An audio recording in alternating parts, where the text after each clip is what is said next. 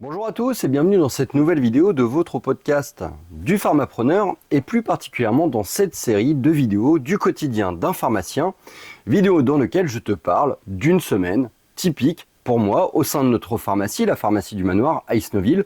Je te parle de mes interactions avec mes collègues, avec mes confrères, avec mes amis du groupe des Avengers, avec mes partenaires également d'associations, avec Max de la pharmacie des Emmurés, avec Hélène de la pharmacie de Pavilly et Alexis de la pharmacie de Pavilly également. Bref, je te parle de mon quotidien, de mes rendez-vous, de mes problématiques. Le but, échanger, partager, avec l'ambition, je dirais, de trouver des solutions communes et nous faire progresser. Alors, qu'est-ce qui s'est passé durant cette semaine? Déjà, pour moi, la semaine a commencé un petit peu plus tôt qu'un lundi, à savoir que j'étais de garde dans la nuit du dimanche au lundi matin. Alors service 32-37, classique, une garde qui s'est plutôt bien passée. Ceci étant, je suis toujours un petit peu surpris de la manière dont s'organisent les gardes et notamment les appels téléphoniques. J'ai eu un certain nombre d'appels, on va dire non concluants, avec notamment des personnes qui me téléphonaient, qui provenaient du CHU de Rouen, donc 10 km vol d'oiseau depuis ma pharmacie, et qui, après discussion, bonjour, vous êtes bien à la pharmacie de garde à 2h du matin? Sur quoi, classiquement, j'ai tendance à répondre évidemment, je suis la pharmacie de garde, sinon très clairement, je ne vous répondrai pas. Lorsque je leur évoque où se situe ma pharmacie, donc 10 km de Rouen, ils me disent oh non, finalement, un peu trop loin, je vais regarder s'il n'y a pas une pharmacie de garde plus proche. En l'occurrence, il y en avait une qui était, on va dire, à mi-distance, un peu plus compliquée d'accès, mais bon. Je suis toujours assez surpris par l'urgence médicale qui est finalement un peu pondérée par une pseudo-distance pour obtenir les médicaments qui ont finalement occasionné une consultation d'un médecin, une sollicitation au CHU ou une prise de place au CHU pour des urgences a priori bien plus urgentes. Et également cette espèce, je dirais, de réflexion a posteriori de se dire que finalement 10 km dans son petit quotidien à 2h du matin, c'était un peu trop compliqué pour aller chercher des médicaments d'urgence. Et que voilà, peu importe si on dérange des médecins, si on dirige des équipes de soins, si on dérange un pharmacien. Bref, voilà, ça c'est pour la réflexion autour du 32-37 et surtout en fait de la manière, je dirais, dont certains patients en fait ne sont plus des patients, mais deviennent finalement des consommateurs et qui abordent l'urgence médicale comme un produit de consommation. Alors je vous le dis tout net, l'urgence médicale c'est un luxe que l'on peut se permettre actuellement, mais c'est avec des petits débordements comme ça que finalement déjà d'une, on use les professionnels de santé qui vous servent durant la nuit, et puis accessoirement qui sont aussi rémunérés pour cette activité, et à un moment donné il va y avoir un certain nombre de personnes qui vont se lever et qui vont dire mais il est inutile de payer quelqu'un pour juste répondre au téléphone et annoncer où géographiquement une personne ne va pas vouloir aller. Voilà. Bref, ça c'était le petit message en ce qui concerne les gardes. En ce qui concerne donc la journée du lundi. Pour nous, la journée du lundi, c'est une journée importante, c'est une grosse journée. Elle l'était d'autant plus car il y avait un certain nombre de choses à gérer. La première, bien évidemment, c'est la réception des commandes que je m'attelle à faire, ce qui me permet de faire un petit pointage sur le robot, son remplissage, les manques, les ruptures, les retours, etc.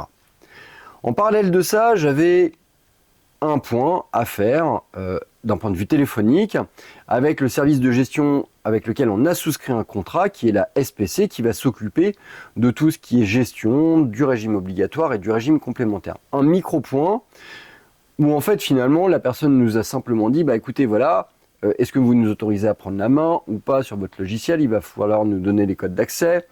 Est-ce que vous nous autorisez aussi à communiquer avec le système de traitement des anomalies avec la Sécu? Donc il va falloir nous donner l'accès. Et puis enfin, on vous autorise à retélétransmettre car oui, on a eu toutes les accréditations bancaires permettant de gérer le flux financier de vos télétransmissions. Donc voilà, micro-point avec la SPC. En parallèle de ça, lundi matin, c'est une grosse journée car on a enfin signé la vente de la maison qui est juste à côté de la pharmacie, du moins l'achat de la maison qui est juste à côté de la pharmacie.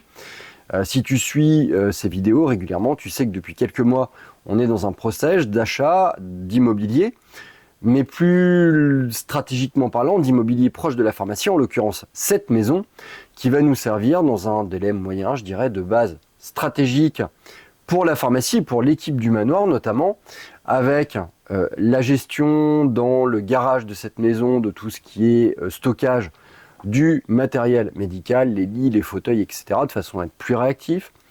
Un entreposage également d'archives, une salle de pause, une cuisine, une salle de repos externalisée, des bureaux également, pour éventuellement être amené à faire de l'administratif dans les années qui viennent. Le but, finalement, retirer toute cette partie back-off qui nous prend de la place commerciale dans cette structure, dans la structure dans laquelle je te réalise cette vidéo, et puis finalement pouvoir l'optimiser pour améliorer encore l'offre commerciale, produit, dynamique, que l'on réalise auprès de nos patients. Voilà, donc ça c'est pour les 2 à 3 prochaines années, et c'est pour ça que stratégiquement nous avons investi dans cette maison. Signature d'une heure accompagnée de ma copine Caroline Baixas de l'étude Gens et Associés. Caroline qui me suit également dans un certain nombre de mes projets immobiliers, je l'embrasse pour le coup avec cette vidéo. J'avais également rendez-vous avec Romane qui est une étudiante en communication. Alors pourquoi ai-je souhaité rencontrer Romane, étudiante en communication? Romane nous a envoyé un gentil CV pour nous présenter sa formation, pour nous présenter également sa motivation et son envie de travailler un peu en pharmacie. Alors moi, personnellement, je l'ai rencontrée tout simplement déjà d'une parce qu'elle avait un très bon CV, parce que je trouvais que c'était intéressant de pouvoir échanger avec elle, qui m'a été l'occasion de pouvoir rencontrer des grosses structures qui ont un service de com, et je voulais voir comment éventuellement, dans un avenir proche, on va dire 1 an, on pourrait être amené par exemple à solliciter un étudiant en communication pour nous réaliser tout ce qui est animation sur les réseaux sociaux, les affiches, la communication interne et externe de la pharmacie. Bref, finalement essayer de trouver cette espèce de rapport avec un étudiant que l'on viendrait être amené à embaucher pendant 2-3 heures par semaine et qui prendrait en main cette partie qui actuellement est admirablement bien gérée par Annabelle, mais qui finalement lui prend du temps. Alors après, l'idée c'est de voir aussi dans l'année qui vient si le temps qu'Annabelle consacre à ça ne peut pas être utilisé sur des missions plus importantes. Aussi, si elle-même commence à se lasser de cette mission, parce que finalement c'est ça, si jamais Annabelle elle aime cette mission, si jamais elle est efficiente dans cette mission, si jamais elle ne se sent pas débordée et factuellement en fait son temps ne peut pas être utilisé à d'autres missions, sachant que de toute façon elle réalise déjà d'autres missions en dehors de cette communication, eh bien peut-être qu'on pourra opter pour cette solution d'un étudiant.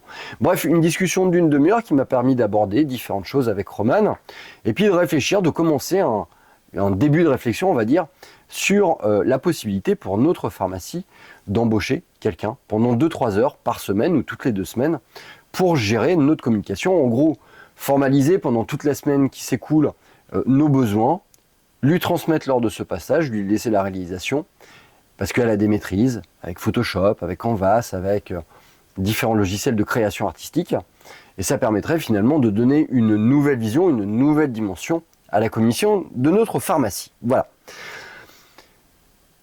Lundi également, on a profité pour mettre en avant toutes les promos qui vont nous accompagner, qui vont accompagner nos patients pour tout le mois de mars. J'en ai profité également pour mettre les vidéos sur nos écrans de diffusion qu'on a et qui sont visibles dans l'espace de vente. Et puis, j'ai été amené dans l'après-midi, en dehors des délivrances, en dehors des échanges avec mes collègues, de faire un point avec Samilia. Samilia, c'est une étudiante préparatrice, donc qui est là depuis 6 mois. Et malheureusement, en fait, je dirais, Samilia, ça patine un petit peu. Alors, on a essayé différentes méthodes avec certaines collègues, avec d'autres, qui ont différentes manières d'aborder les choses. Mais malheureusement, on se rend compte que ça patine encore un peu au niveau de tout ce qui est réception de commandes. Alors, la spécificité de notre pharmacie, c'est qu'elle gère beaucoup de directs. Il y a beaucoup de flux, patients, On a beaucoup de commandes grossistes, on a aussi beaucoup de commandes directes.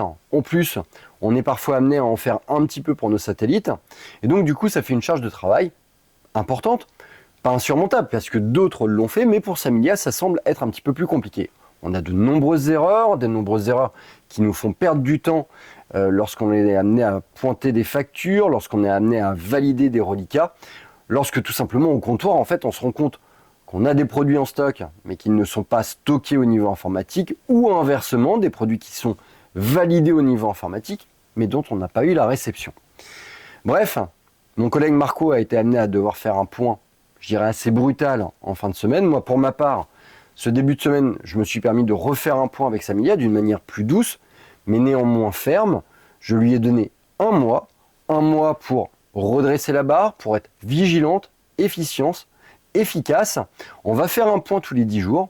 Je l'ai d'ores et déjà averti que la conséquence à la fin de ce mois, si jamais il n'y avait pas d'amélioration, c'est que tout simplement il va falloir qu'elle trouve une autre pharmacie pour faire un stage, une pharmacie peut-être plus adaptée à sa manière de travailler, à sa manière de fonctionner, plus petite, peut-être plus encadrante aussi. C'est vrai que nous on a l'habitude de laisser, je dirais, assez libre et en coordination avec nos équipes les étudiants, donc il faut qu'ils se révèlent être rapidement autonomes, rapidement percutants.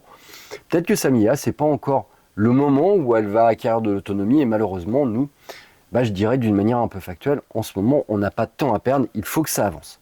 Bref, un point un petit peu compliqué, mais qui a permis d'amener des choses, et puis surtout de lancer un espèce de timer. La fin de journée se situe autour des délivrances, autour des télétransmissions, autour des facturations, et puis bien évidemment, une petite séance de course à pied en fin de journée, histoire de se vider la tête. Mardi, comme tous les jours, du moins comme tous les mardis, tu le sais, je fais un petit passage au niveau du marché, ce qui me permet de faire un petit peu de discussion avec les patients.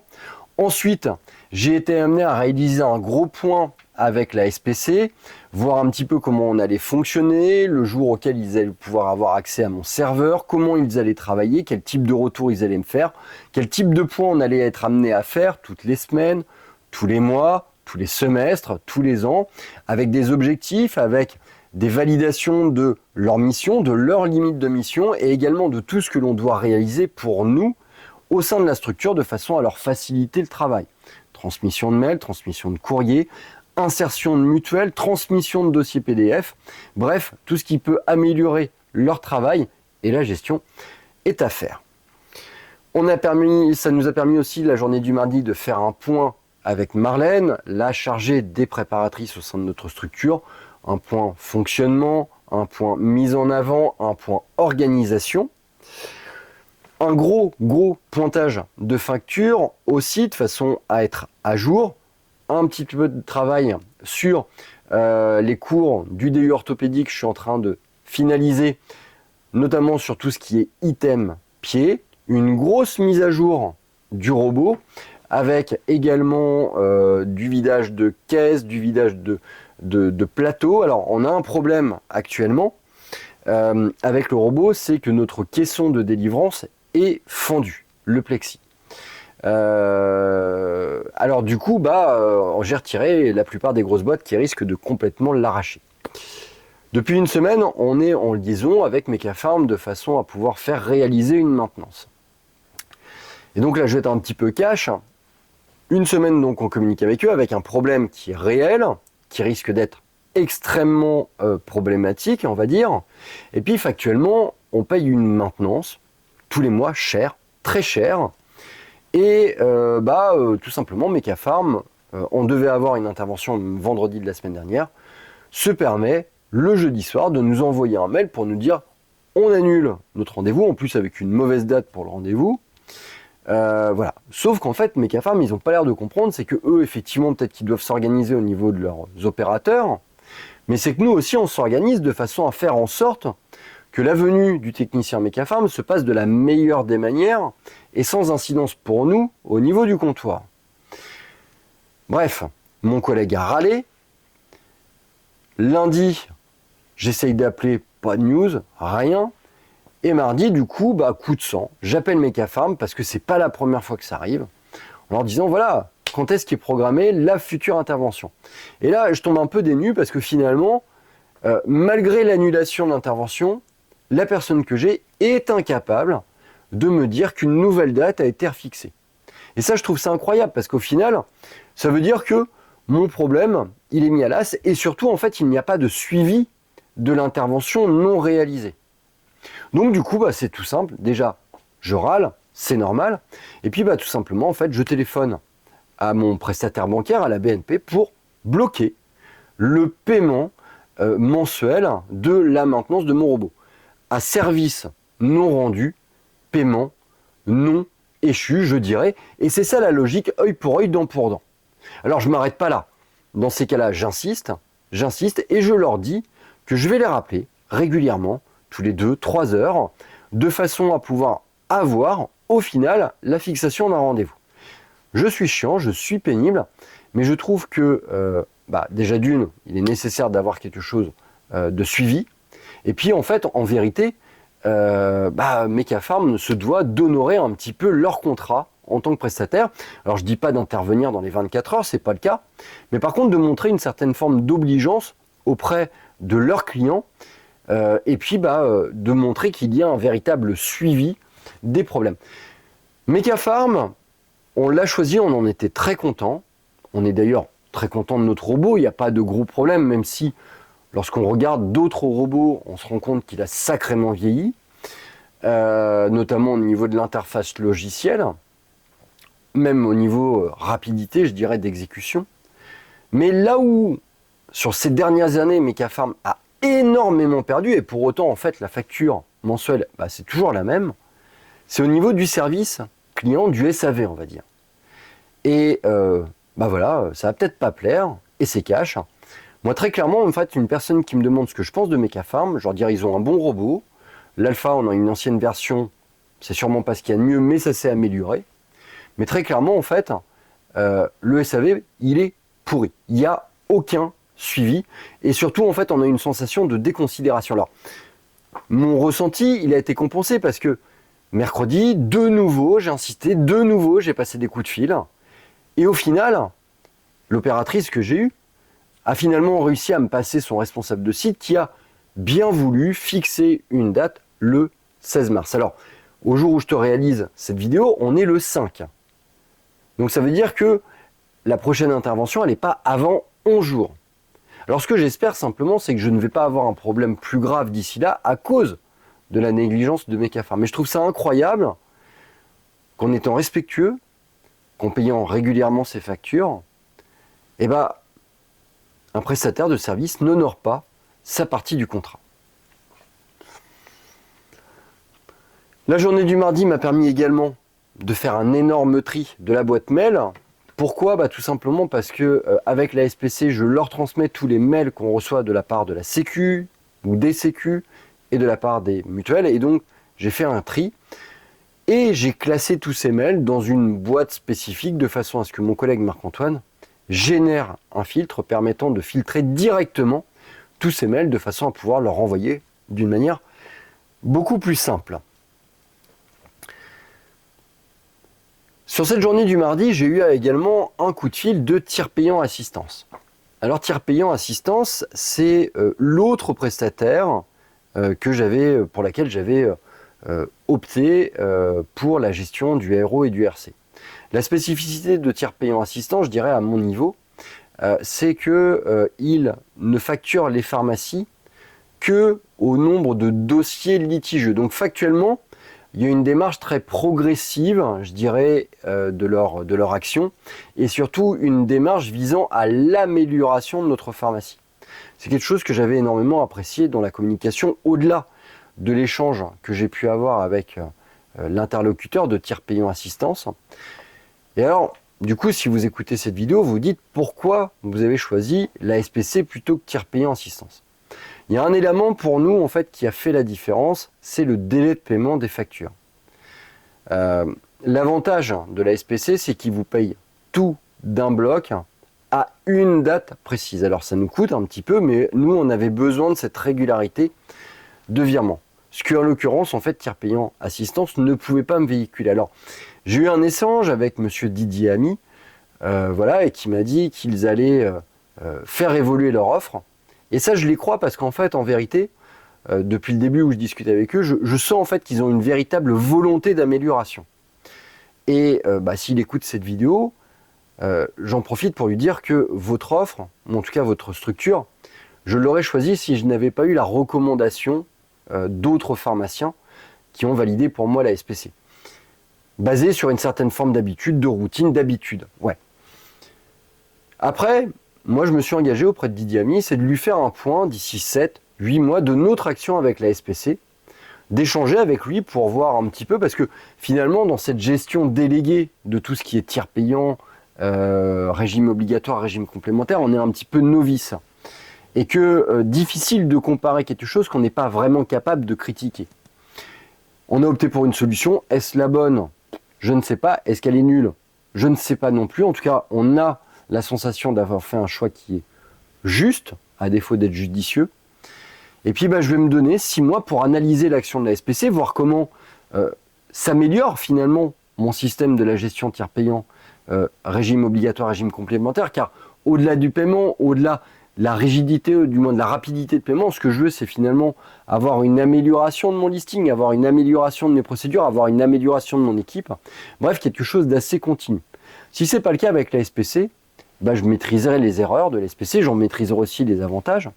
Et puis on fera un point à la fin du premier semestre avec Monsieur Ami, et on verra si finalement la solution tiers payant assistance ne serait pas forcément quelque chose de mieux pour la pharmacie à l'horizon de 2027. Bref, rendez-vous est fixé avec tiers payant assistance pour la fin du premier semestre, et puis un point plus global à la fin de l'année 2026 pour voir si on reste avec la SPC parce qu'on en est très content, et c'est possible aussi, ou si, par bascule, on partira vers tiers payant assistance.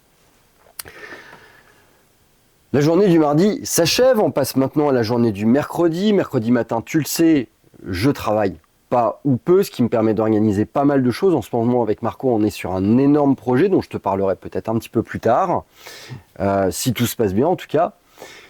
Beaucoup de téléphones, de coups de fil, notamment avec le comptable. Et puis l'après-midi, un gros point sur tout ce qui est reliquat. Reliquat, La Roche-Posay, reliquat avec le laboratoire Roche Diabète, avec un avancé notamment de commandes, et puis un point reliquat avec le laboratoire Chauvin.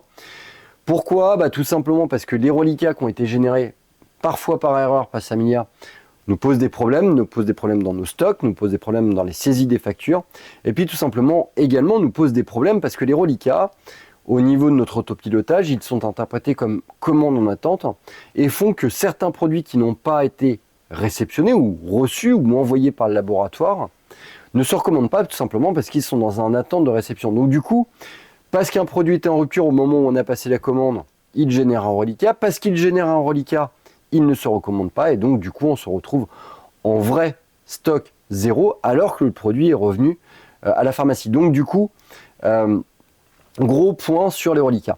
Alors les reliquats, soit je les supprime, soit je les réintègre, soit je les retransmets, soit j'en modifie tout simplement la date, parce que parfois en fait il y a des reliquats qui sont maintenus, simplement en fait la date a été modifiée. Donc gros point reliquat.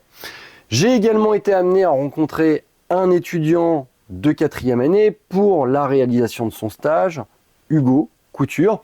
Un extrêmement bon feeling avec Hugo, quelqu'un que je sens être sociable, qui sait bien se mettre en avant, et puis des leviers d'intérêt, je dirais, différents par rapport à certains de ses collègues, notamment en fait une appétence pour la partie entrepreneuriale, et tu le sais, si tu suis ce type de vidéo, que je suis très enclin à partager sur ma vision entrepreneuriale. Donc voilà, seul bémol, Hugo, il souhaite se diriger vers l'internat. Alors en soi, c'est pas une mauvaise chose, hein, grand bien lui en face. Mais simplement, c'est vrai que moi, j'aime profiter finalement de ces stages de 3e ou de 4e année pour essayer de repérer des petites pépites en tant qu'étudiant qui peuvent éventuellement être amenés à devoir ou à pouvoir travailler au sein de ma structure en tant qu'étudiant en pharmacie, donc avec un contrat beaucoup plus régulier. Et ça, je dirais que c'est peut-être le point un peu négatif du profil de Hugo. Après, au-delà de tout ça, pas mal de comptoirs, également de la mise à jour de mutuelles, et puis également le début d'une action de mise à jour des prix de vente TTC maintenant que tous les catalogues de la nouvelle année ont été intégrés. Jeudi matin, j'ai été courir, encore pas mal de coups de téléphone par rapport au gros projet dont je te parlerai peut-être un petit peu plus tard. Dans l'après-midi, un passage de commande de la part, suite à une sollicitation de la part de ma commerciale de chez EG pour l'Etifoxim. Je la remercie grandement pour toute cette communication par mail qui nous permet d'être extrêmement réactifs et puis directement de restocker des produits qui étaient en rupture et qui pouvaient éventuellement nous pénaliser. Un début de préparation des commandes Procter & Gamble car j'ai rendez-vous la semaine prochaine avec le représentant Procter & Gamble sur tout ce qui est item Oral-B, Fixodent et des réassorts tout simplement. Et donc j'ai également envoyé à mes collègues un certain nombre de sollicitations de passage de commande pour alimenter ma commande. Ensuite, on a eu une discussion avec Romane Bertin, qui est notre ancienne étudiante de pharma et pour laquelle, avec Marc-Antoine, nous allons être dans la présidence de sa thèse. Romane, c'est quelqu'un que j'apprécie énormément, c'est quelqu'un qui, à mon sens, a un gros profil entrepreneurial. Si elle est titulaire, si elle n'est pas titulaire, je dirais que ça serait une erreur. Alors Romane, malheureusement, elle n'évoluera pas dans notre formation, en tout cas pas à la suite de son stage de 6e année. Elle va être amenée à partir travailler au Cap Ferré. Et grand bien lui en fasse, j'espère que ça sera une super expérience pour elle. Moi, je regrette de ne pas avoir pu la garder au sein de notre structure. Mais bon, c'est le jeu. En tout cas, voilà, une discussion très intéressante de quasiment 45 minutes et toujours un plaisir de la retrouver à la pharmacie. Et puis également, on a fait un point avec mon collègue Marc-Antoine sur tout ce qui est aménagement, des perceptions de dividendes sur les années qui vont venir et également sur l'évolution de notre masse salariale, qu'est-ce qu'on allait devoir faire et notamment, je te fais un parallèle avec la petite discussion qu'on a pu avoir sur l'avenir, je dirais, de Samilia autour de notre structure.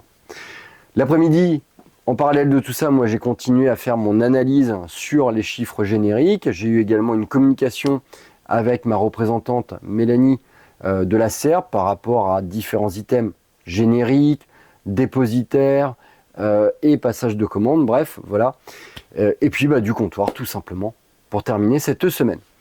Bref, une semaine bien remplie, tu le vois, la semaine prochaine va être encore très intéressante. On a prévu un point d'équipe jeudi soir, j'aurai le plaisir de t'en parler dans une vidéo que je te réaliserai pour le coup, pas vendredi, pas le jeudi soir, mais plutôt le vendredi, depuis ma maison. Je te dis à très bientôt, fais attention à toi, fais attention à tes équipes, et puis je te dis à très vite sur ton podcast, Le Pharmapreneur.